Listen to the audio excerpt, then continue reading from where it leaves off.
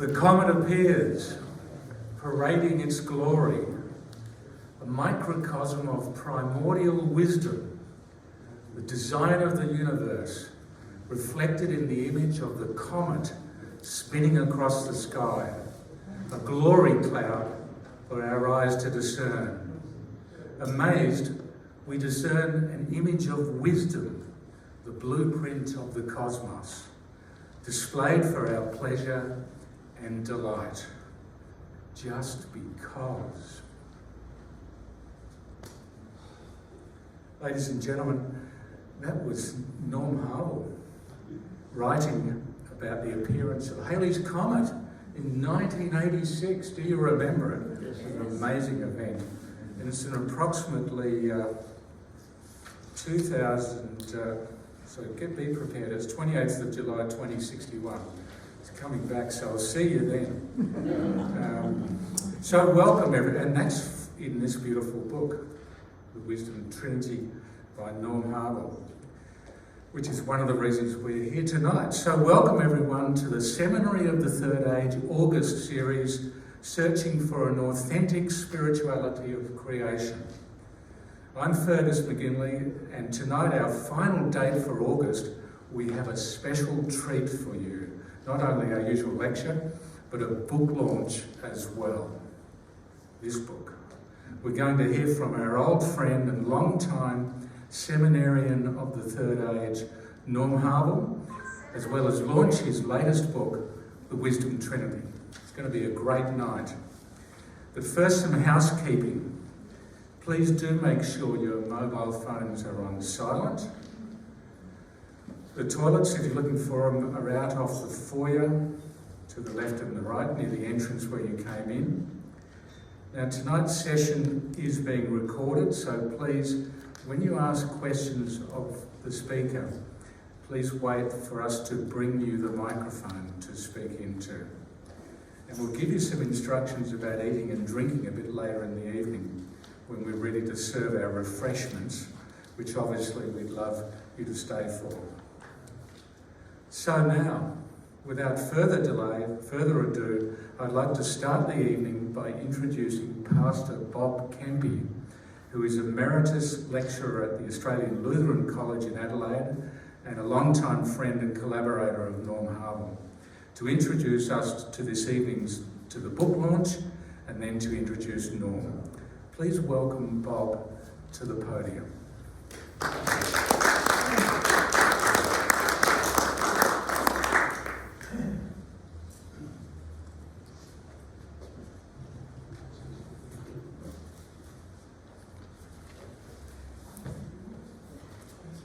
Thank you. Lovely to be with you here this evening. And it's an honour to launch Norm's latest book, The Wisdom Trinity. And the first thing I'd like to do as we do this evening is actually to acknowledge Norm as an author and to ponder the fact that he's had this absolutely remarkable life in this area. He's been writing for over 50 years. I'm only starting to write a bit at the end of my whole thing. He's been writing for 50 years, and he's a writer who has international recognition, scholar who has international recognition. He's going to be 90 next year, and I think that's absolutely awesome that someone at that age is still producing the kind of materials that he is, and I hope I'm going to be able to do something like the same kind of thing when I'm getting near his age too. But it's just, wow, Norman, we acknowledge you this evening. A lot of his writing, as you all know, has been around about the book of Job and about wisdom, the wisdom theology. I just got some of his books on Job and wisdom theology and things like that. One of the things that puzzles me a little bit about this is why there's so many books on this particular topic. Is it the fact that Norm is a slow learner and it's taken him this long to start to get his head around these kind of topics? But not really, I don't think. It's simply because it's a reflection, I think, of the topic itself, the book of Job and wisdom, theology. When you look at books, Norm's, you see the richness of this topic everything from his Bible commentaries, where he has a look at the book, this book of the Bible, as we all do, a book of the Bible with its literature and things like that. But then, of course, Norm, being Norm, has to branch out and start looking at it in all other kinds of ways, where wisdom becomes a way of reading the Bible. It becomes a way about looking at God. It becomes a way about looking at the earth. It becomes a way about remembering his roots. It becomes a way about looking at the sacred in nature. And then tonight, it becomes a way of rethinking something to do with the Trinity. It's such a rich, rich topic, the whole topic of Job and wisdom literature. And tonight, we come to this little book called the Wisdom Trinity. And the first thing that strikes me about it is, what a little book it is. 50, 60 pages. But you get into it and you think, wow, what a lot this guy has packed into this little book.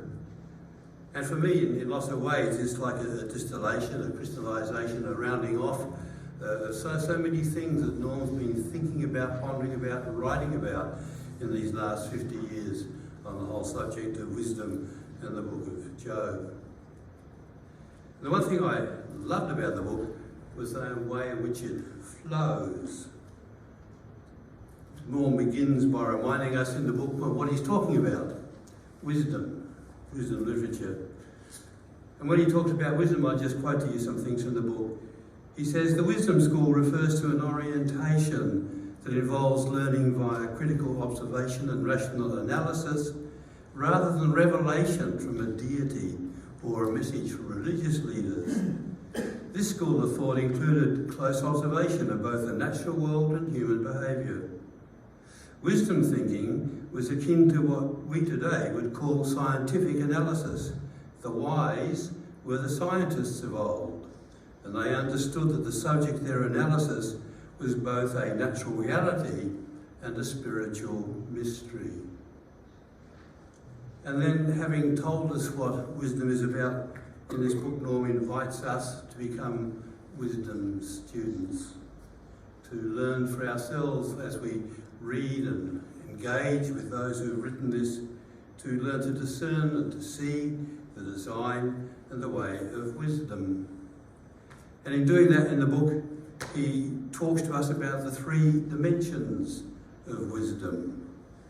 There is the cosmic wisdom, the primordial wisdom that's the blueprint and the creative impulse of the whole cosmos. So Norm being Norm, he starts out there, way in the beyond. But then brings it closer to talk about innate wisdom, the wisdom that is to be found in all of nature, and that becomes the driving force that innovates all the realms of nature. And then he brings it down to us, to incarnate wisdom, the innate spiritual compass whereby each living creature, that includes you and that includes me, enables to learn to discern wisdom and to act wisely. So he paints a picture of the wisdom world in which you and I might become engaged. And then, having done that in this little book, he invites you and me and all those who would read this book to develop our own wisdom consciousness and to learn to what he calls practice wisdom spirituality. That's not an easy thing to do, to engage with this whole notion of wisdom and to engage in spirituality. And there are two reasons why not. First of all, because what Norm says in this book, as simple as this little book is, I think is so very, very difficult to grasp and to get hold of. When I first read this book quite a few months ago, and as I wrote on the back blurb, after the reading the Wisdom of Trinity, Ray, my wife, who had also read it, commented, I don't really understand a lot of what Norm is writing about here, but I feel it. And I resonate with that. I belong to a group of guys who meet once a month, and we've engaged with Norm over the last I don't know how many years, and we've talked ad infinitum about what wisdom is about. And I recall one of the members of our group become totally frustrated because could not get sometimes what it was that Norm speaks about when he talks about wisdom and what wisdom is and how wisdom works.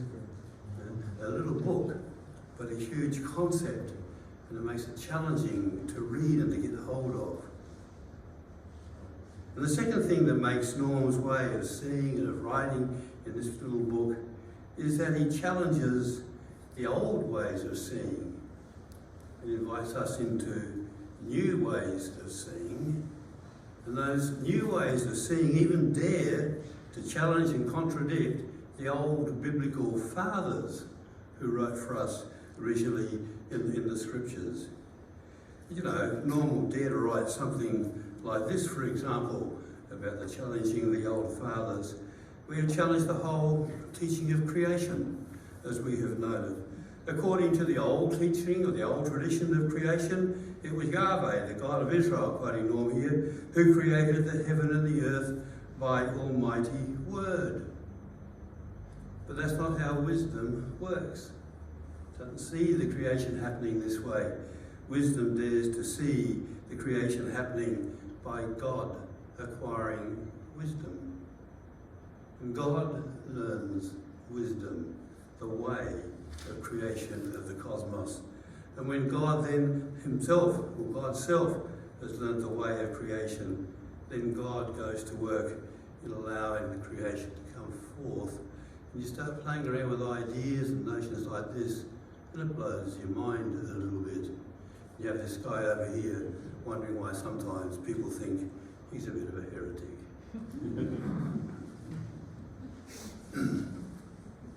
So, it may be a little book, but it's a book that I really encourage you to take a long time to read.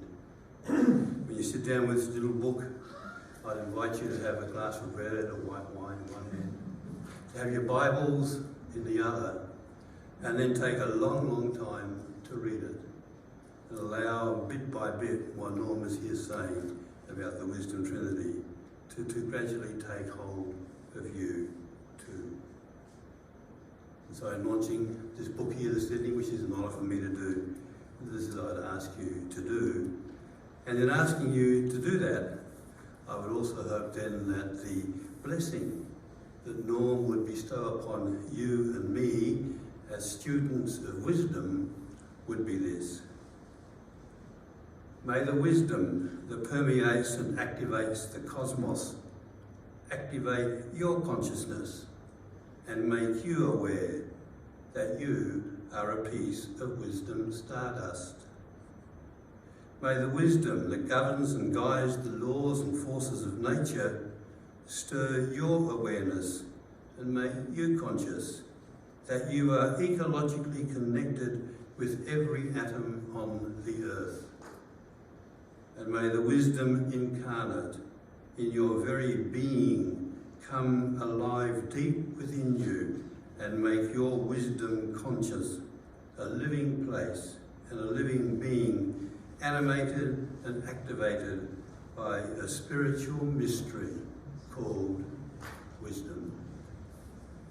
Thank you, Norm.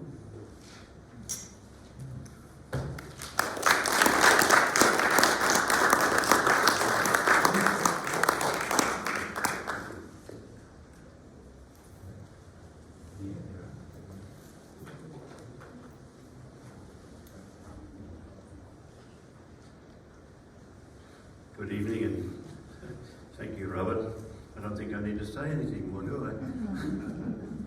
It's all been said. So I want to, however, work through the main moments, the main idea that wisdom is in fact the spiritual core of creation. And I think if I get things to work, this is the next one. So you might well believe, you know, from where you come, whether you're a Lutheran or a Catholic or Anglican or whatever, that the spiritual core of creation is the Creator God, or the Holy Spirit, or Christos. But there's another option: wisdom. A discernment discovery of the wisdom school.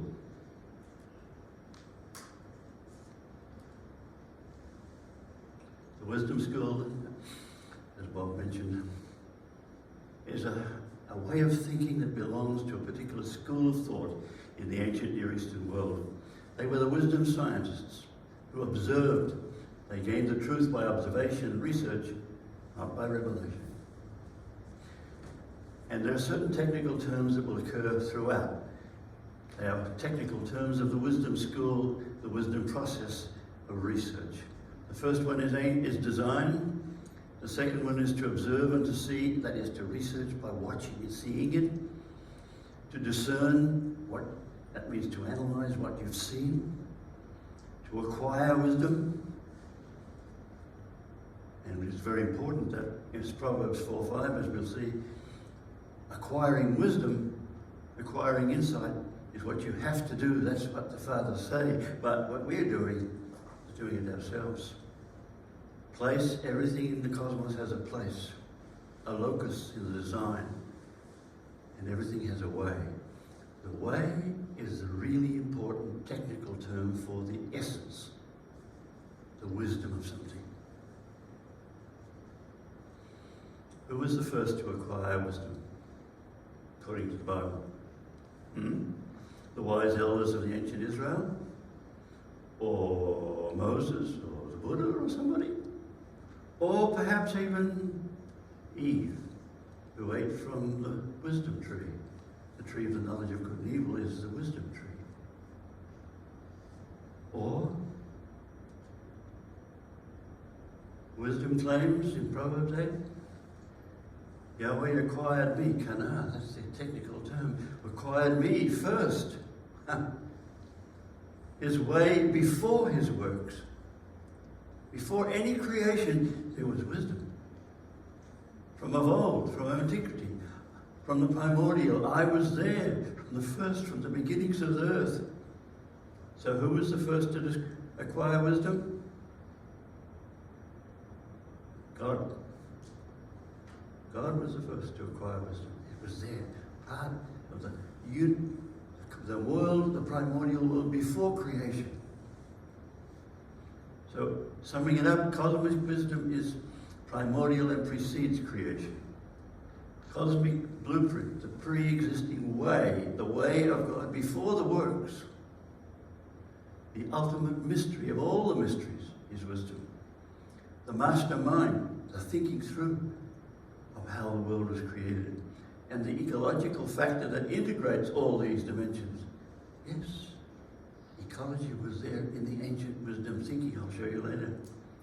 The spiritual core, quote, the way of the cosmos.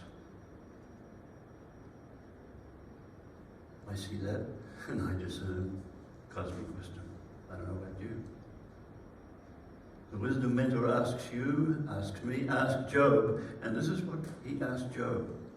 To discern what? The blueprint, the design of creation.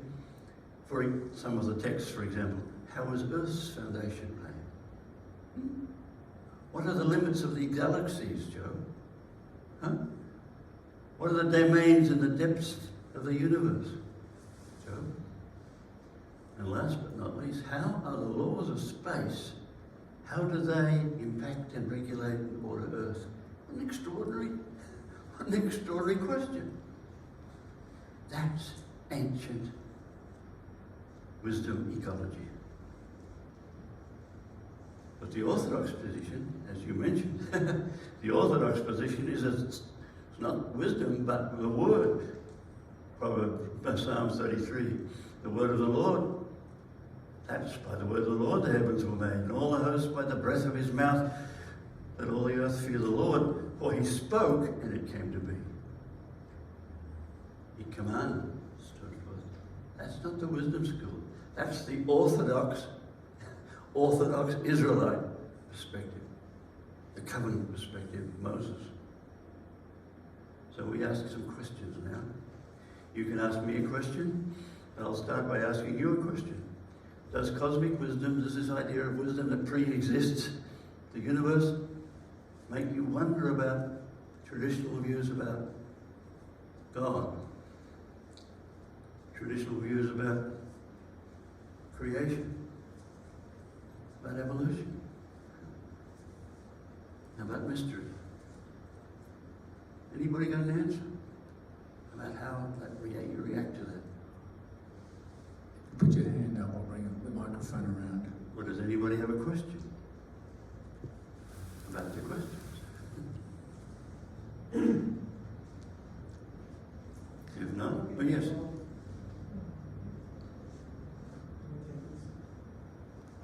Just in your first citation about God acquiring, Yes. kana, it can also mean marriage. Marriage.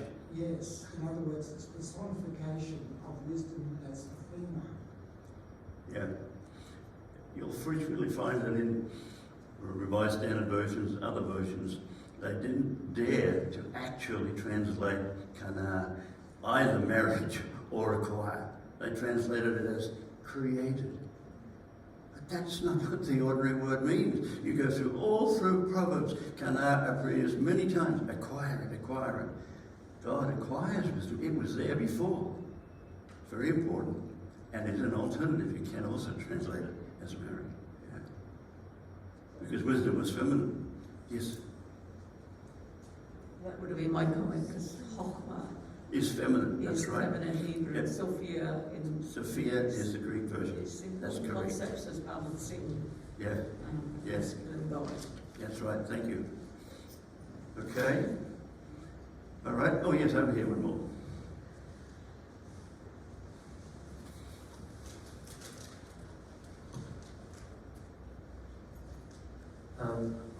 Steve, my name. I'm always, because of ask questions, I'm not sure whether I'm meant to take what you say literally or metaphorically, of course. But your comment that God acquired wisdom would imply that wisdom occurred was separate to God and somehow God got it. Yes, And wisdom. wisdom was before God. in some Yes, way. yes, absolutely. So, yeah. That's in the wisdom school of thought. It may not be in the Mosaic school of thought, but it's in the wisdom school of Yeah. thought. So could you just elaborate on that? What does it mean to say that wisdom was before God? Why not call wisdom God and God is more subservient or learning something, you know? If you want to do that, but basically wisdom is the blueprint that precedes. Precedes God. Yeah.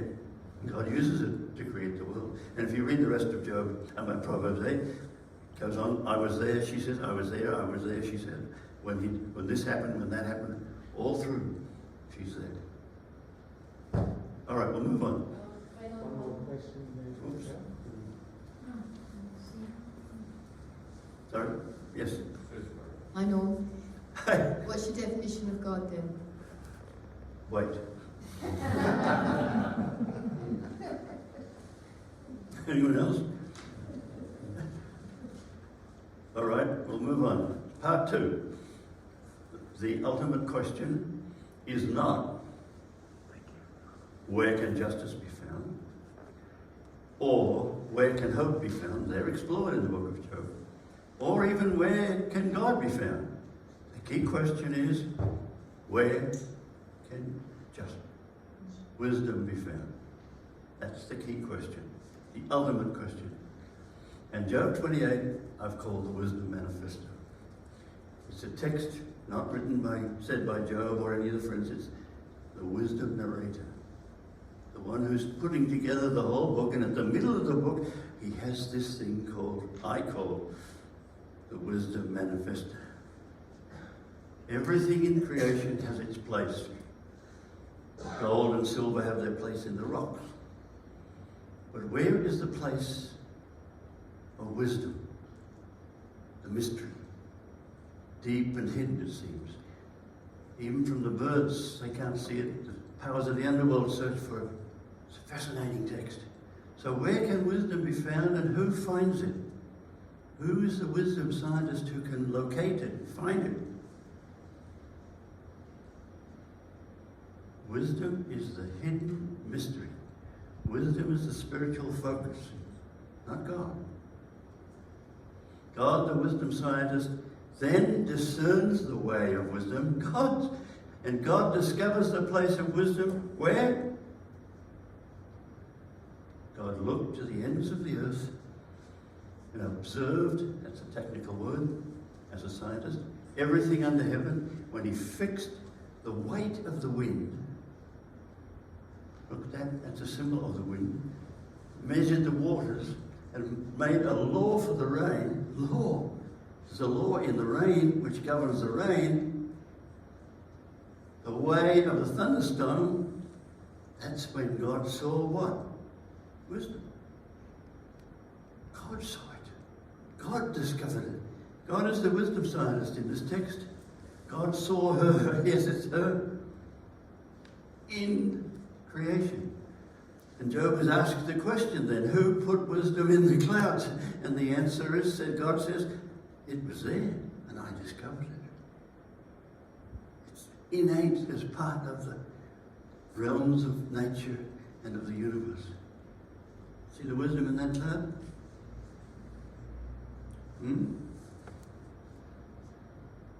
When we're wisdom innate in the forces of nature, wisdom is not only the blueprint as we had before. Wisdom is the way and the lightning, the force of the wind, the mind and the cloud. Observing the wonders of nature may help us to learn to discern wisdom. To look at the Larue, the rock, and be amazed at wisdom. For the First Nations people, you probably know, they believe that wisdom is a spiritual force alive in the land. Questions? Does the pre-existence of wisdom as a factor in the laws and wonders of nature cause you to wonder? To wonder about science theories? Is wisdom the X factor that precedes, that enables the DNA to be DNA? Is wisdom, or does it make you rethink the role of God, who searches for wisdom? It's not inherent in God, as the friends tried to tell Job. Why do we wonder at the mystery of nature? And does the role of wisdom have anything to do in the current force of nature, change of nature, called climate change? Questions? Answers to my questions, or questions of your own? Yeah. Rolling again now. Should we even speak about creation? In other words, wisdom was always there. Yes. The order of things, and God just observed it. There's a sense in which there are texts which seem to imply that wisdom was the primary force and God was watching it, noticing it, and keeping control of it. And at the end of Job 28, and God, like a good scientist, double-checked it, probed it, made sure it's true. You've got these wonderful senses in which God actually works through what he discovered in that text. Yeah? Anyone else? Okay, we move on. Part 3, incarnate wisdom. And this is really possibly the point at which it becomes very personal. Wisdom is not only present in the primordial, not only the innate force in the laws of nature, it's also an incarnate spiritual, and I use the word compass, way that guides the way, that enables all living creatures to act wisely, to be true to their character, their nature, and to discern wisdom in their world. Wisdom is incarnate in everything that lives, not just in the stars and the skies and the cosmos, but in everything that's alive. Wisdom in the wild. Now, Job was taught a lesson or two. Job is taken on his cosmic journey after checking all of the universe. He then is taken into the world of the wild. And he's asked some more questions about the wisdom's relationship to the world of the wild. Is it by your wisdom that the hawks soar? The hawks know how to find a place to put their rest, to put their nests up in the sky, in the cliffs, but Habel to see where to go and know how to find food way down there on the ground. Job, you should know. Or do you know the time that the ibex gives birth and how it all works? That's another wisdom, the wisdom in the ibex. But the one that really stirred me and caused me to write a few times is the wild ox willing to serve you, to babysit for you. It's a wonderful line. The wild ox has its own character to be in the wild. You can't control it. The Imago Dei text says you're supposed to dominate over all creatures, but in this text, Job is very, very carefully told, oh no, the wild ox you can't control, you can't rule the wild ox, you can't get it to babysit for you. It's amazing, isn't it? Text? It's an extraordinary text. Is the wild ox willing to serve you and babysit? Couldn't resist it. The incarnate way determines character and becomes the innate compass to help you act wisely. Proverbs 6, go to the ant and observe. The way of the ant, that's the technical, in essence, essential wisdom innate, and you'll become wise. You get wisdom from the wisdom of the ant. The ways in nature are spelled out in all kinds of texts, like Proverbs 3, the way of the eagle, the way of the snake, and the way of the man with the maiden. It's amazing. The wisdom compass. Wisdom is a compass in all of us. That's what one discovers. To be true to our inner selves, our true character, to become wisdom scientists and explore wisdom around us, to discern wisdom in the realms around us, to gain a deep wisdom consciousness.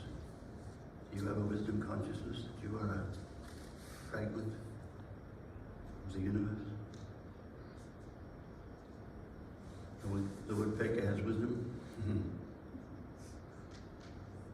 So, do you have a reason, a sense of incarnate wisdom? Do you? In nature? In the wild, the snakes, the dingoes? In your own deep self?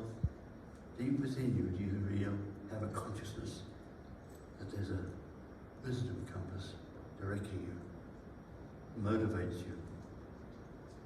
So Fergus, when you wake up in the morning, do you say, well, what the heck have I got to do today?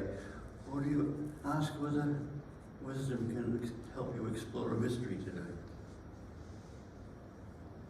I said that spend all my waking hours and even when I'm asleep, I think in my dreams, looking for that inner compass, having this debate and this conversation with God about how to live my life.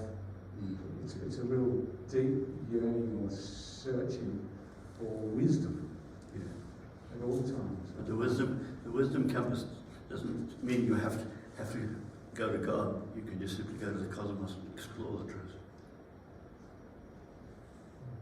You can go to God if you want to, but I'm saying that the wisdom tradition enables the innate wisdom within you to explore wisdom in all the domains of nature. Are you saying that you go to wisdom in nature, in reality, rather than God? Yeah. Because God doesn't really exist? I didn't say that. But wisdom exists. And wisdom is the permeating spiritual force that is everywhere and is deep within everything and deep within you. So would you say that wisdom is the Spirit of God? When we talk about the Holy Spirit in New Testament times. You could say that the wisdom is the spiritual dimension of God, or God is the spiritual dimension of wisdom, either way. So that's certainly the being I'm in constant conversation with. Yeah, okay. Yes, sir. I need to run up.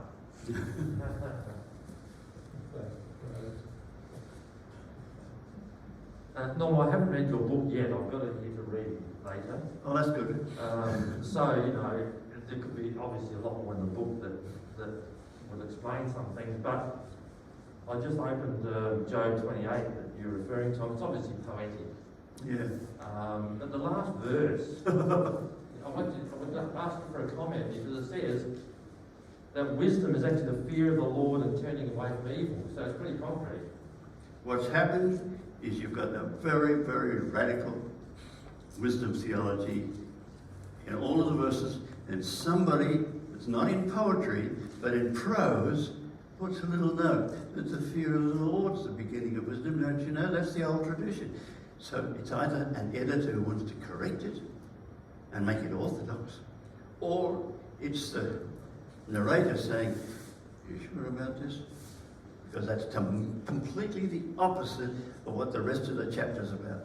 Okay, that's good. Yeah, because there is some evidence apparently that this has been inserted in the poetry has been inserted. Yeah, added to the poetry, yes. So you're saying it's the other way around.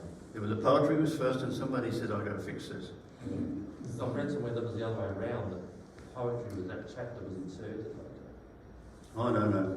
The chapter is fundamentally the core of the book. At the core of the book. Do you mind if I ask you another question then? What is different about this idea of cosmic wisdom permeating everything, and pantheism? And what? Pantheism. Pantheism. Pantheism basically says God permeates everything. This one says wisdom permeates the universe. So given that this is this poetry was written by somebody in ancient times, Yes. who doesn't have science, and this is a grappling. This is poetry trying to work out, understanding the universe. The mysteries of the universe, yes. Yeah. Science has solved a lot of those mysteries. Huh? Science has solved a lot of those mysteries. Well, science has said that they've found the beginnings of things, but this text, this tradition would say that before the bang, there was wisdom. And wisdom was involved in all of the processes, whether you call it creation or evolution or whatever. So you'd see science behind science. There's There's a mystery behind all the discoveries of science, according to this tradition. Yeah, thanks. Yeah. Okay. One more question, sorry. You haven't solved my problem yet, Norm. Oh, yes. So, we know these are words and concepts we're dealing with, and the idea and concept of God is a very changeable, or people have different views. There would be some people that, like the comment earlier, would see this force of wisdom as God. That would be their... The source of wisdom. Yeah, the force, the energy, the wisdom. So just coming back to why do we need God if we have wisdom? And, this is a very difficult and controversial sort of Yes. concept. That's a good question. Why do we need God if we have primordial, if we have wisdom that is a spiritual force that governs everything? You can keep thinking about that question.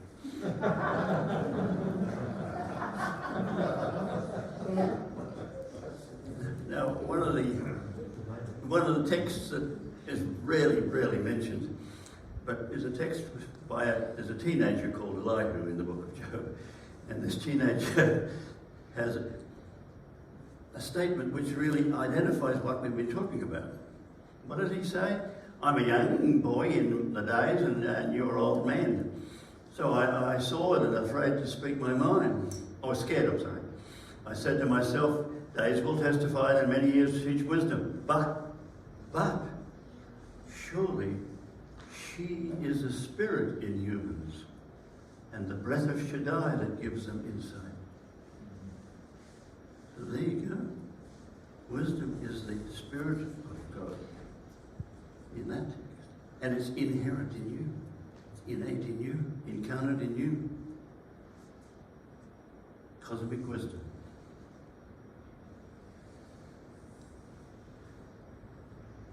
Have you had wisdom experiences? Have you? A sense of mystery in the cosmos.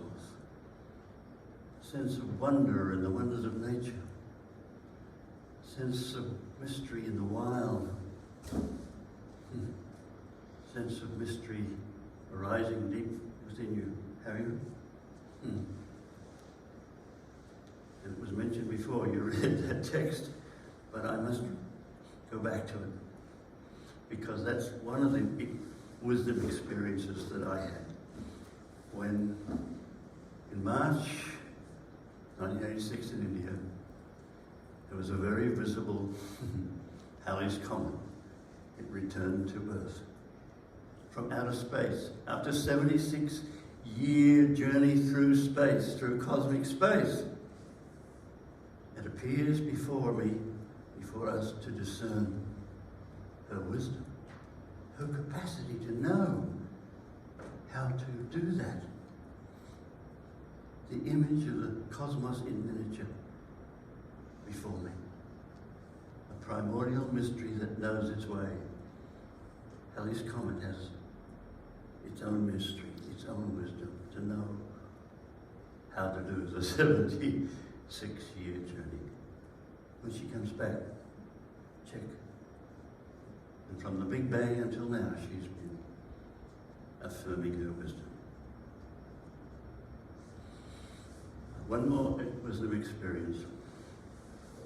I was in New Zealand one day at the shoreline near Auckland, and as I was sitting there, suddenly a whole lot of bar-tailed godwits, birds, started to peck all over the ground, eating like mad. And as I was standing there, all of a sudden, they got a signal from within. And each one of them circled up into the sky. And each one of them knew what to do. What was they to do? They flew across the equator, thousands and thousands of miles to go to Siberia. And there in Siberia, they had their children, their chicks, and they reared them. And after 6 months, they circled again and came back to Auckland. Innate knowledge, innate capacity. You can ask a scientist, but I'm saying to you, from their perspective of the wisdom school, that's an innate wisdom capacity. And so as I've handed out to you, I've rewritten John 1. Call it Wisdom 1 if you like. In the beginning was wisdom, and wisdom was with God. Spiritual factor in the core of creation. Wisdom is cosmic, blueprint of the cosmos, discernible in the moving things of creation, moving design of creation. Wisdom is innate, a dynamic dimension, discernible in the laws and wonders of nature. Wisdom is incarnate, a discernment factor, active in all living creatures. P.S. Wisdom is also discernible in the ways and works of Jesus of Nazareth.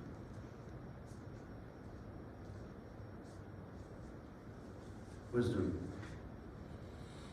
Is cosmic wisdom an ancient heresy worth retrieving as our spiritual compass in a world of science mysteries? Is it?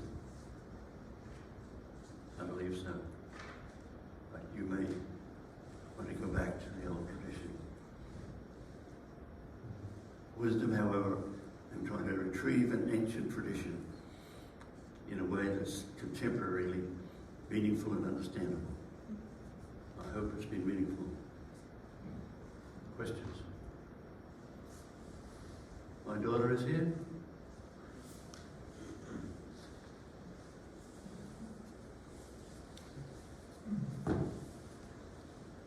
Any more final questions? please.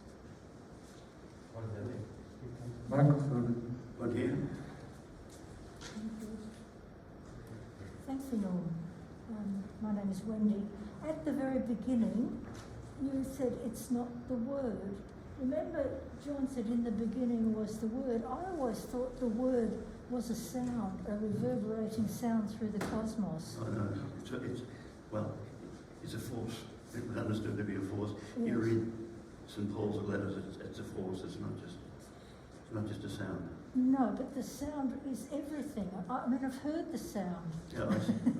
All And right. it's- Anyway, it's I'm just saying. everything. Yeah. Thank you. All right. Oh, one more question here.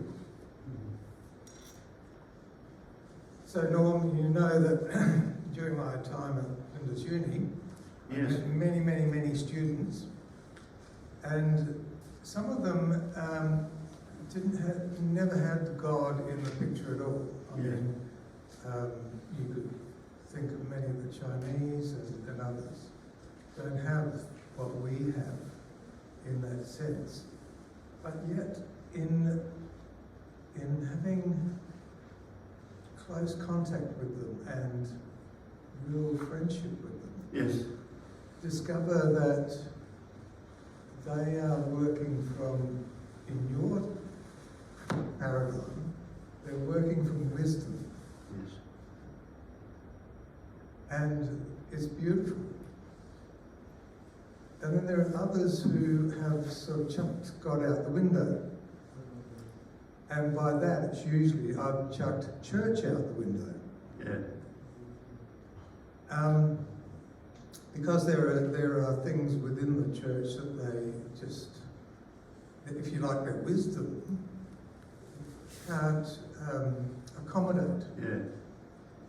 So this is my journey over the last 20 years. Now, in your book, because you gave me a copy to read, which I'm very grateful for, so I passed it on to my friend Steve. You indicate that there is this Yahwist tradition, or if you like it, you've called it Orthodox in your presentation tonight, but that sort of follows the Moses tradition, etc., etc., etc. So I sent you this question, and I'd be interested in your answers. I'm going to read it out because I've thought about it. If the wisdom tradition has been repressed by the Yahweh tradition, assumption, what are the implications for the way the Jesus story has been received? And is St. Paul, the former zealous Pharisee, so tainted by the Yahweh tradition that an alternative wisdom tradition of the way of Jesus is in need of recovery from the dominance of the Pauline epistles in the Christian scriptures? Yes.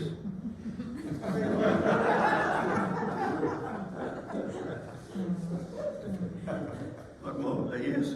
So Norm, how come we can answer that question but not the other one we've asked? He's going easy on me. Okay, now my daughter Anjali is going to close this session with a song, and there's the song up there, Amazing Wisdom to the melody of Amazing Grace. Thank you very much.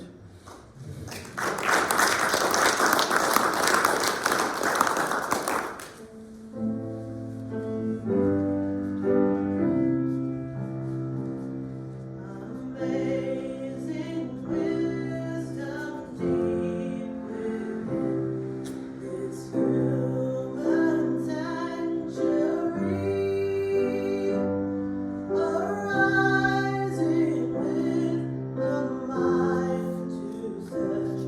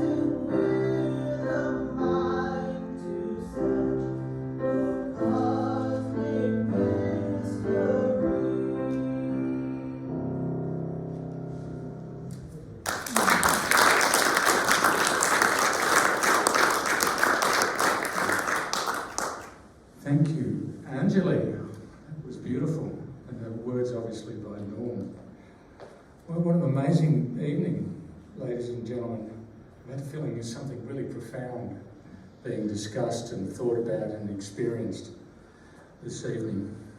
And before we wrap up, Hilary Regan from ATF Press, Norm's publisher, is going to come forward and say a few words. Here's Hilary.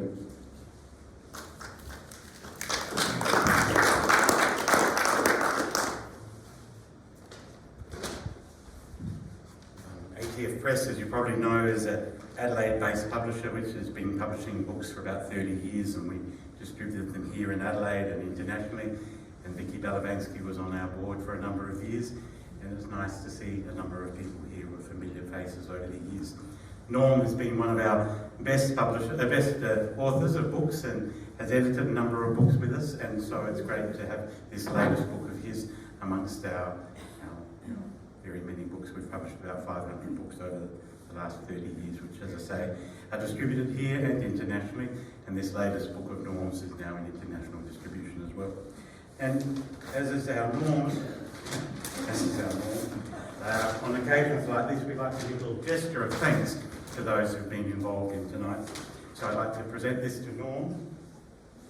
Thank you, Norm. You're welcome. And also to Bob for his launch of the book. And Bob was looking at a book on our book up there, which we have quite a number of Norm's books, as well as this latest one. But he saw a book called Bob's the Dog and thought he would buy it, so I thought we would hand that on to him now. So thank you, Bob.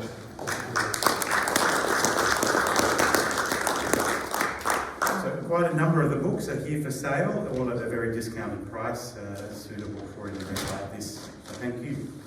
And thank you to the Centre.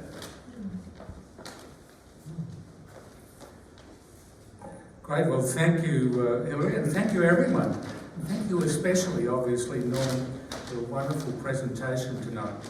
You will be able to review a recording of tonight's Sem3A session by going to the Effective Living Centre website and looking under past events.